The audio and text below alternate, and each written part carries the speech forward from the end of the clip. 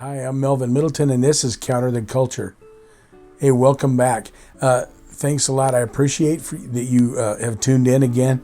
You know what? I was talking to my daughters just a little while ago, and I got to thinking about it. I'm curious. I know that we have people watching us from all over the place. There are people in the Philippines that are watching us, California, Washington State, Nevada, Oklahoma, New Mexico, Colorado, oh my goodness, Texas, Alabama, Tennessee, Kentucky. Why don't you just let us know where you are? Maybe the city and the state would be great. Just send us in the comment boxes. Just say from this state, from that state. You don't even have to leave your name if you don't want to. I'm just curious as far as where you are. Where you live, where your families are, that would be great. Or where people are listening from. It's just an interest that I have. And if you haven't subscribed yet, it doesn't cost you anything. Hit that subscribe button there and then hit the notification button next to it. And that'll give you a notification as to when we put a new show out. We really appreciate you guys coming back and seeing us again. I love telling stories. I think that I learned that from my dad. There was a few things that I learned from him, that I observed of him as a preacher. My dad was a preacher for, oh my word, probably he started preaching when he was really young. I'm talking like 12, 14 years old. He started preaching. So that would mean that he was probably preaching for somewhere in the vicinity of 78 years or so. He was almost 90 when he passed away. But there was something, and I think I've said this before, something I noticed about my dad was he loved to tell stories. That's probably where I got the, liking of doing it. I don't do it real good, but I love telling stories. And also that he never preached a sermon that I didn't see him cry. He cried at every sermon that he preached because he realized the severity of what he was saying, that words matter. What we say matters. People, the impression we leave, as I said on our last show, is more important than the words that we say. But when we craft words or we say words together, we leave people with an impression. And that's what he would do. And he would craft the words together in a way that it would inspire people's hearts to do great things for God, or even to come and give their life to God. And that was the most inspirational to me. I've been around a lot of great preachers in my life, good preachers. My oldest brother is a wonderful preacher, a great pastor. And I really enjoyed sitting under his ministry for 19 years.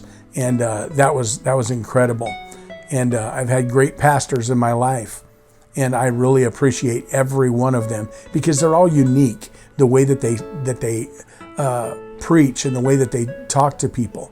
Some of them have left a lasting mark on my life, and I'm not going to go into naming them all or anything, but they really have. And I appreciate that. And there are other people that were just the laymen in the church, just men and women that spoke words into my life that changed me. One of them was a man that we called Big Earl, and his name was Earl Craig. And Earl was like my second father. He was a good man, and not a perfect man. And that was what I loved about him the most, was he was not perfect, nor did he pretend or try and be perfect. He just wanted to be like Jesus. And that made a big difference to me. And he laughed all the time, and he would make me laugh. And very few people, him and his father-in-law, would start telling a joke or start telling a story, and they'd begin to laugh at the beginning of the story. And by the time they got to the punchline, whether the story was funny or not, everybody was laughing. And you know what? When you can do that with the people that you're around, when you can elevate their mood, or you can bring things along just by telling a funny story, or by sharing your joy that's in you, that innate joy that's in you, And I can't begin to tell you all the stories that my dad has told and stories that Big Earl told me. And I can't tell you the stories of my life that I lived with my friends and everything, and how God touched our lives in really bizarre ways that I can't even begin to explain all of them. I will, over the future episodes and everything, tell you some of those stories, how God saved our lives, or what he did in our lives and how he spoke to us. Hey, which reminds me, let me tell you a story real quick. This to me was really inspirational. My daughter found it, and this is a true story. Now, I may not be doing the story justice by the way I tell it, but just bear with me and hang in there. This story really kind of touched my heart. This lady's driving down the road one day, and she looks out of her car and she sees a young man walking with a bouquet of flowers in his hands, but he's crying while he's walking down the side of the road. She wouldn't normally pick up a young man that she didn't know, but she just felt impressed by God to pull over and pick this guy up and give him a ride to his destination. She pulled over and rolled the window down and said, "Young man, would you like to have a ride? Where are you going?" He said, "I'm going to the cemetery across town." She said, "Well, I've got to go that way anyway. Why don't you climb in and I'll give you a ride to the cemetery?" He climbed in and she said, "What's your name?" And he told her his name, and then she told him her name. And she said, "My name's Emily." And the young man began to weep and cry even more than he was when he was walking down the road before. They get to the cemetery. Young man gets out of the car, and the lady waits and just sits with her car window down and watches the young man walk over to a headstone. He knelt there by the headstone and laid the flowers down, and he said, "Mom, I told you that I was going to bring you flowers. Every year I was going to bring you flowers as long as I live. And I've been faithful up to this year. And I thought that I wasn't going to make it because, Mom, I was going to kill myself today. I wasn't even going to make it here with these flowers to put on your grave. But this nice lady pulled over and she said, I want to give you a ride. Where are you going?" And the young man, he said, "I told her, Mom. And Mom, her name is Emily. And that's your name. And Mom, she told me not to give up, not to ever give up, because God has a plan for me. And Mom, you used to tell me that. And Mom, her name is your name. Mom, you saved me today, and I was able to bring you flowers. Mom, you saved me today."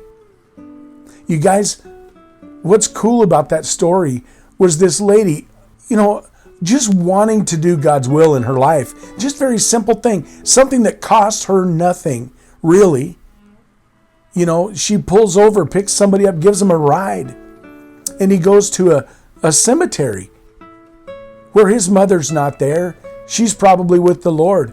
But he heard a word that probably saved his life. And that was, don't give up. God has a plan for you. I say that kind of stuff to you guys weekly on this program. I say to you, don't give up. God's got a plan for you. Can I challenge you today to flip the script? When was the last time you told that to somebody else? When was the last time that you reached out to somebody else to save their life? To tell them about Jesus, to tell them God's got a plan for you. God's got a plan for you. You're valuable. You're worth it. When was the last time you did that? You guys, it's not all about us. It's about us leading other people to Jesus, because Jesus is the one that can change their life. He's the one that can do the impossible.